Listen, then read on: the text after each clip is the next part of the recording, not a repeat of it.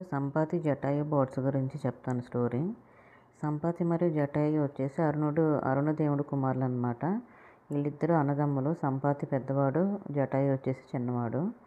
వీళ్ళిద్దరికీ కూడా విడదీయరాని బంధం ఉంటుంది. ఎప్పుడు కూడా కలిసే ఉండేవాళ్ళు. ఒకరోజు వీరిద్దరూ ఎగురుతూ ఉండగా ఎవరు ఎక్కువ ఎత్తుకి ఎగరగలరు అని పోటీ పెట్టుకుంటారు. జటాయు ఉత్సాహంతో సూర్యుడి వైపుకి ఎగిరిపోతూ ఉంటాడు. కానీ సూర్యుని వేడికి తట్టుకోలేక అతని రెక్కలు కాలిపోతాయి అన్నమాట. తన తమ్ముడు కష్టంలో ఉన్నాడని గమనించిన సంపాతి అతన్ని కాపాడటానికి వేగంగా ఎగిరి వచ్చి తన రెక్కలను విస్తరించి సూర్యుని వేడి నుండి జటాయువుని రక్షిస్తాడు. అయితే ఆ వేడికి తట్టుకోలేక సంపాతి యొక్క రెక్కలు కాలిపోయాయి. అతను భూమిపై పడిపోయాడు. జటాయు మాత్రం బతికి భూమిపైకి వచ్చి జీవించాడు. సంపాతి యొక్క స్టోరీ ఏంటంటే, రెక్కలు లేకపోవడంతో సంపాతి ఎగరలేక వింధ్య పర్వతాల సమీపంలో ఉండేవాడు. అతనికి సూర్యుని వేడి వల్ల ఎప్పుడూ బాధగా ఉండేది. అతనికి జరాయు అనే శిష్యుడు రోజూ కూడా మాంసాహారం ఫుడ్ తెచ్చిపెట్టేవాడు. సంపాతి తమ్ముడు జటాయు గురించి ఎప్పుడూ ఆలోచించేవాడు. తర్వాతి కాలంలో రావణుడు సీతను అపహరించి లంకకు తీసుకెళ్తాడు.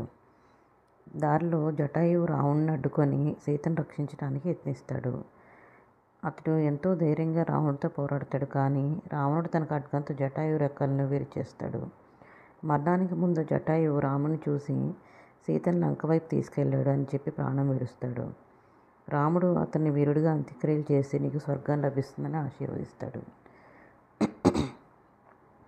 రాముడు సీతను వెతికేందుకు వానరసేనను పంపుతాడు. హనుమంతుడు, అంగదుడు, జాంబవంతుడు మరియు ఇతర వానరులు దక్షిణ దిశగా వెళ్తారు. వారు చాలా దూరం ప్రయాణించి చివరికి వింధ్య పర్వతం దగ్గర అలసిపోయి కూర్చుంటారు.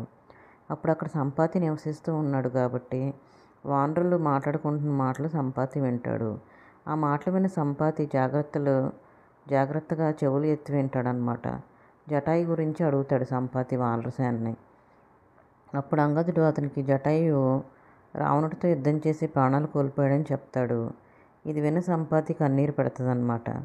తమ్ముడు మరణం గురించి తీవ్రంగా విచారిస్తారు.